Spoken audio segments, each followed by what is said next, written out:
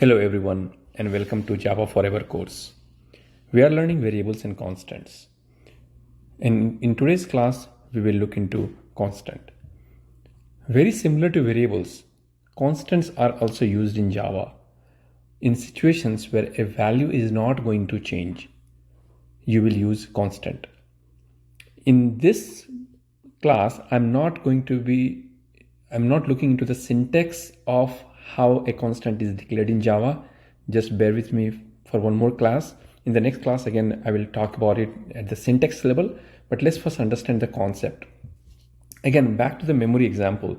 When you declare a constant in memory, remember we said that, if you declare a variable called x equal to 10, you create a room and room number is x and value is 10. Now, when you declare this variable, this is what really happens. And since it's a variable, I can always say x equal to 20 and it will override the value and x becomes 20 since x already exists. Now, when in the case of constant, you cannot change the value. You are telling memory that lock this variable, lock this guest. This guest is special. It cannot be overwritten. And as long as this program runs, that value of x will only be 10. And that is what we refer as constant, something that does not change the value. It's exactly opposite of variable. Now, what could be the situation where a variable will never change? Think of examples like number of days in a week. Number of days in a week is fixed, 7. You cannot change it to 8 or cannot change it to 9. So when you declare number of weeks, let's create a variable called weekday equal to 7. I created a variable called weekday. I gave a meaningful name, and I will talk more about this variable on the naming convention of the variable in next class. But right now I've created a variable called weekday equal to 7. And I know that number of days in a week is always 7 and it's not going to change. So I want to lock this value.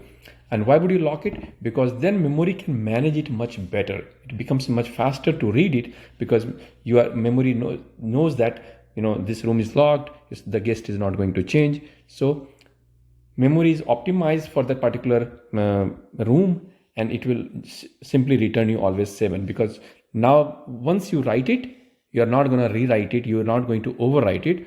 All you do is read the value. That's it. You're not going to write it again, and memory is optimized and managed accordingly. So you declare that as a constant. Anything that will not change, you want to create it a constant. Why can't I simply seize the number of days 7 without creating a variable?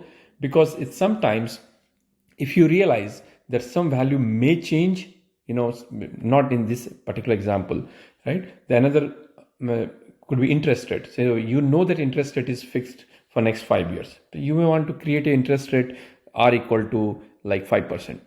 But then down the line, if you think that interest rate could change, then rather than wherever I'm using 5, I'll rather use R multiplied by something rather than 5 multiplied by something. Because then if I go and change 5 to 6, I don't have to go and change wherever I use number 5, because I used actually R, and at one place just I change the value of R. Everywhere R is new value of R is reflected. That's why you should create a constant at the top wherever you are using, and that way use the constant name like weekday in your program rather than direct value 7. And I will show you a couple of examples also. But for now, understand that the concept of constant exists in Java. There is a way to declare it. There is a way to lock that. And there is a way, the declaration is very similar to variable, but it's just one extra word called final. And I'll talk more about it in the class later. You use to designate a particular variable as a constant. And that means it becomes a constant. It's no longer a variable. I'll see you guys later in the next class. Happy learning.